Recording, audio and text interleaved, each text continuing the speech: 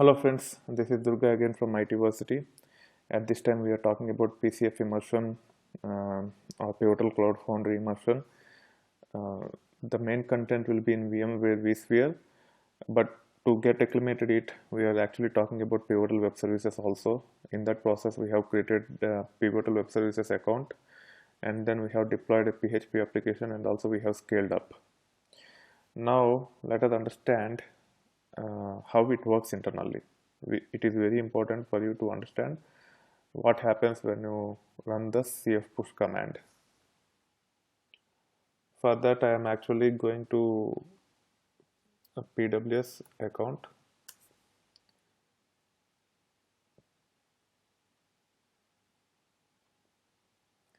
and then I already have 3 apps,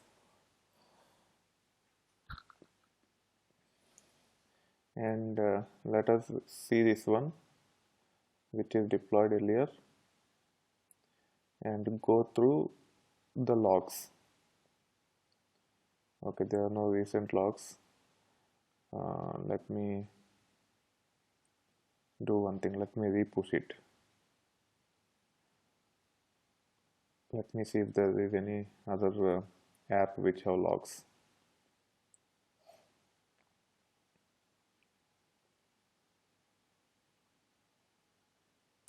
Okay, let me repush one of these things.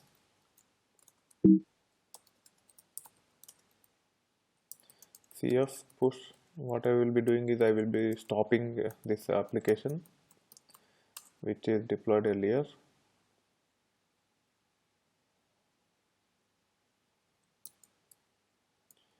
CF delete.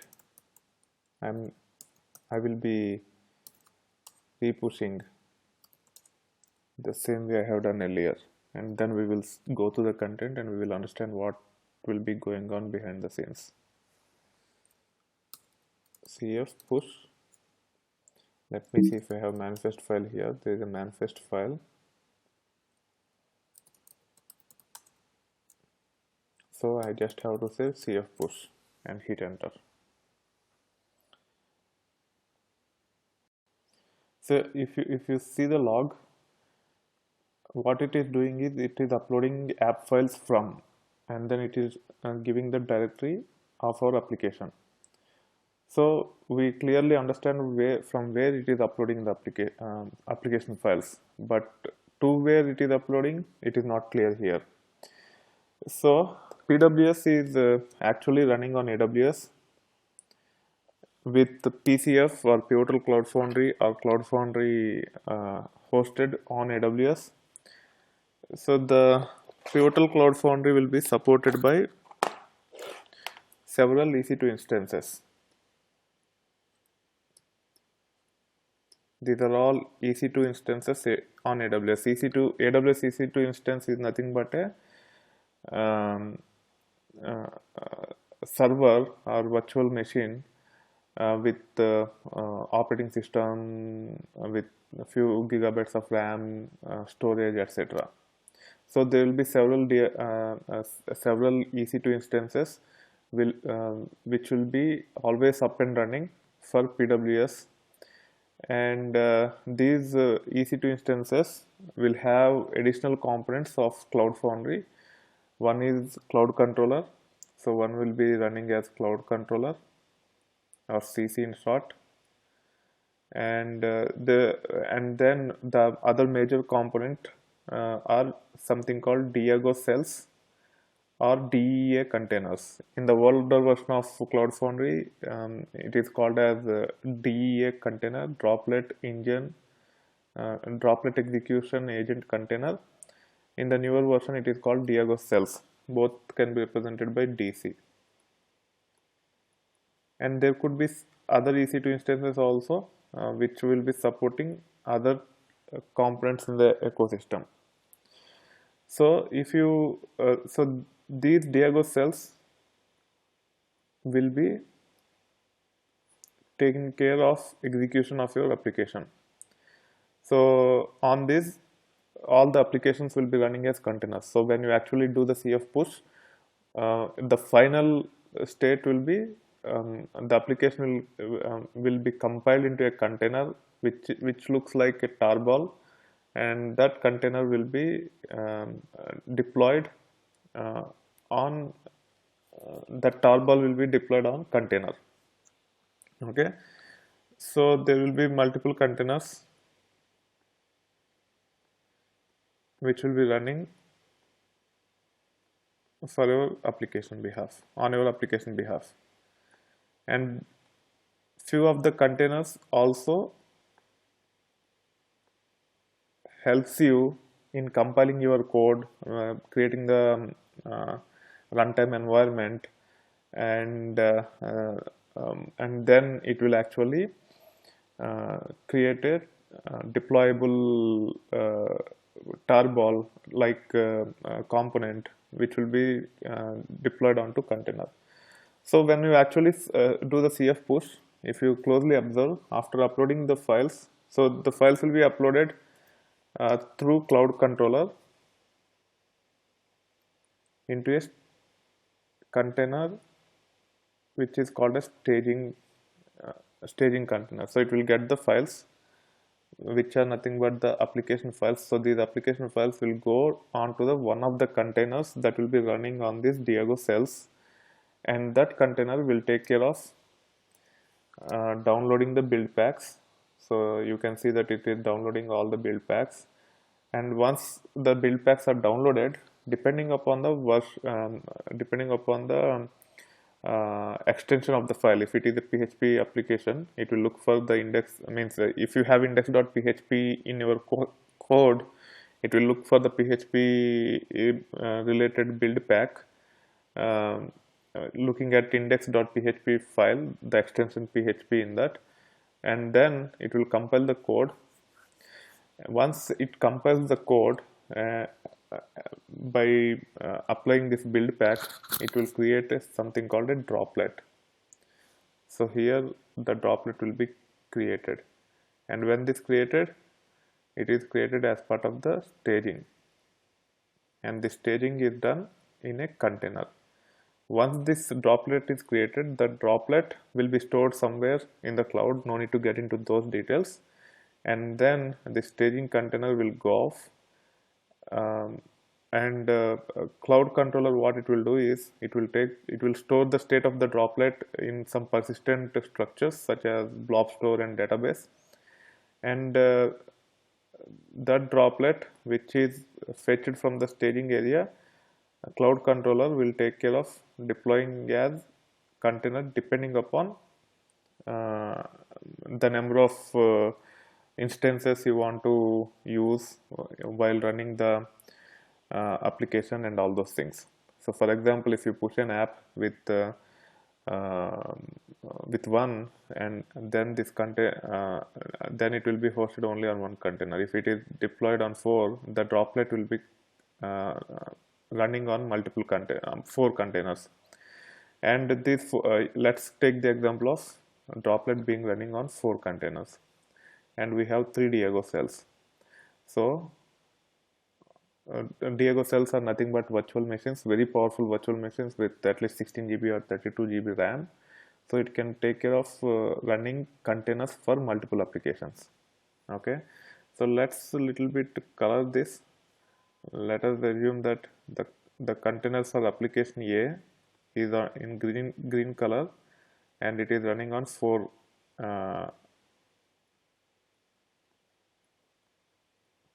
and these cells will be created only when the application is being deployed, and these will be running on multiple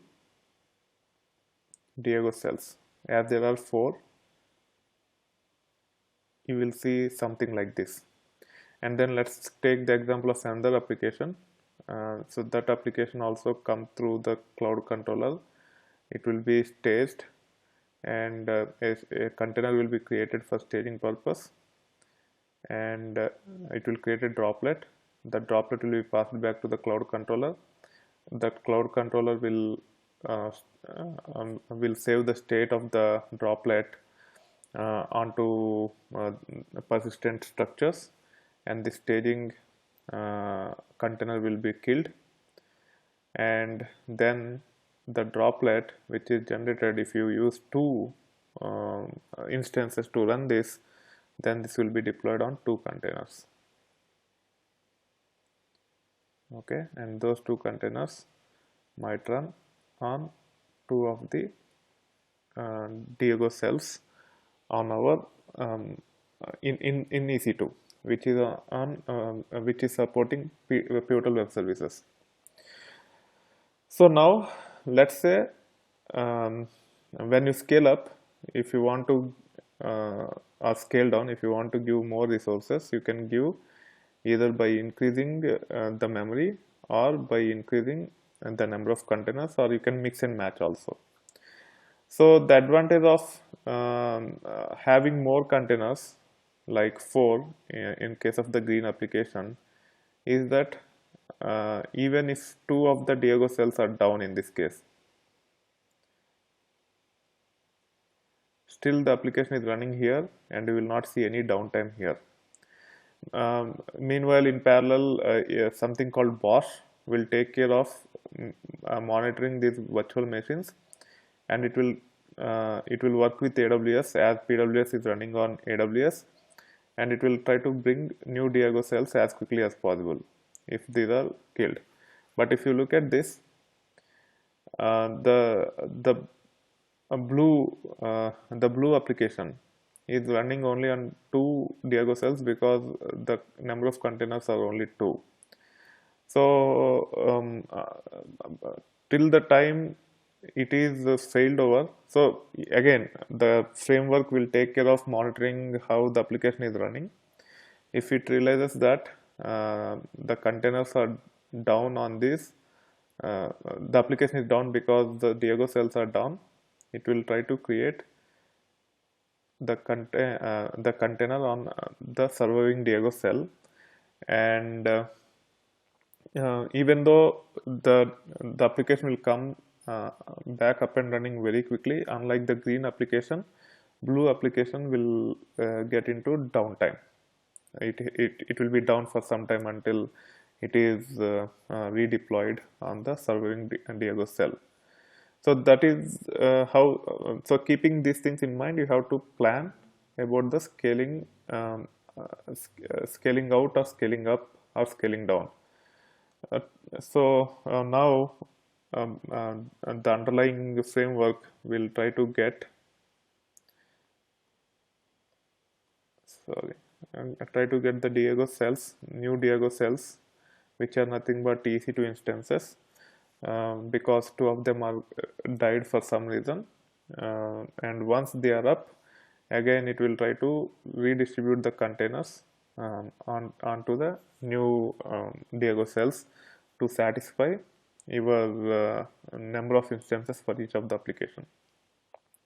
So all this magic is taken care by a technology called PCF, which is supporting the PWS, and PCF can be implemented on an enterprise data center also to get all the features for you. Okay, and we will be talking about PCF later, but at this time make sure you understand that PCF uses this concept of getting the application code uploaded into a staging container, and once it creates the droplet, that droplet will be deployed on multiple Diego cells or EC2 instances or virtual machines if we are talking about vSphere based PCF installation, and those virtual machines will be running the application in the form of containers similar to Docker or Vagrant. Just understand that, and also understand how the scalability, failover, all those things are taken care looking at this video. Once we set up PCF, you will understand these things again. And if you go back to the CF push output, so you can see that as part of the starting, first it is actually staging. So this is where it actually builds the droplet. Once the droplet is done, staging is completed, the staging container, the droplet will be given back to the cloud controller, and the staging container will be killed, and then the droplet will be stored in persistent structures such as blob store or DB, and also cloud controller will take the droplet and deploy as a uh, container in the running Diego cells, and those Diego cells are nothing but these ones. And once it is deployed, it will try to start the application, and when the application is started, it will give back the route is nothing but this one. It is computed before actually uploading itself, and this route will be used to launch our application and see whether it is running or not. So as long as the application is up and running, you can use this route to connect to and serve your users with your application. This is how the entire life cycle of the CF push works to deploy the application on the Cloud Foundry in the form of containers. So why containers? Containers are very lightweight compared to virtual machines, and because they are very lightweight, the process of failing over, load balancing, scaling up, scaling down are significantly faster compared to the application running on a VM. And here your VMs or EC2 instances are far more powerful than you typically use for your applications. Your application, you might need to use only 4 GB RAM. If that is the case, you will only get a VM of that. But in this case, you will be hosting your application on the existing VMs. As the existing VMs have to support multiple applications like yours, you will see far more powerful servers supporting your cloud. In this case, PWS uses Amazon Web Services EC2 instances to take care of all of this for you. That being said, I hope you are enjoying the content on the channel. If you like this video, please click on the like button. If you want to provide the feedback, please use the comment section of the video. If you want to discuss further about cloud, virtualization and infrastructure, please join my LinkedIn group.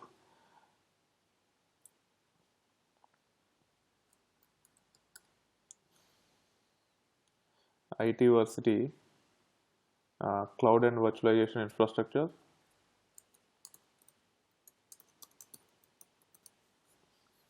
This is the one. We can share the ideas, and finally, if you are not subscribed to my channel yet, please do so. You will get to see a lot more content over time. And also, before closing, so yeah, the scaling of the application, you can either scale up or scale out. Scaling up is increasing the memory.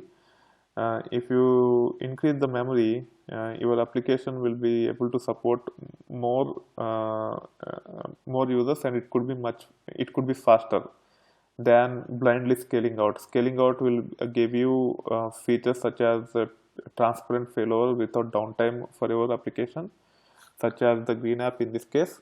If you scale up by increasing the memory of and managing fewer containers, your application can be much faster compared to just blindly scaling out. So you need to understand how what is required for your application, and based upon that, you have to decide whether to scale up to make your application faster, or to scale out to get the failover and other to get the transparent failover if something happens to the VMs or Diego cells. You can also do mix and match, but you have to be careful, because if you blindly mix and match, you will be wasting a lot of resources for your application, and other applications might not get enough resources. So you have to keep everything in mind before deciding whether to scale out or scale up, or both. Yeah, finally, if you are not subscribed to my channel yet, please do so. You will get to see a lot more content like this over time. Thank you. Bye.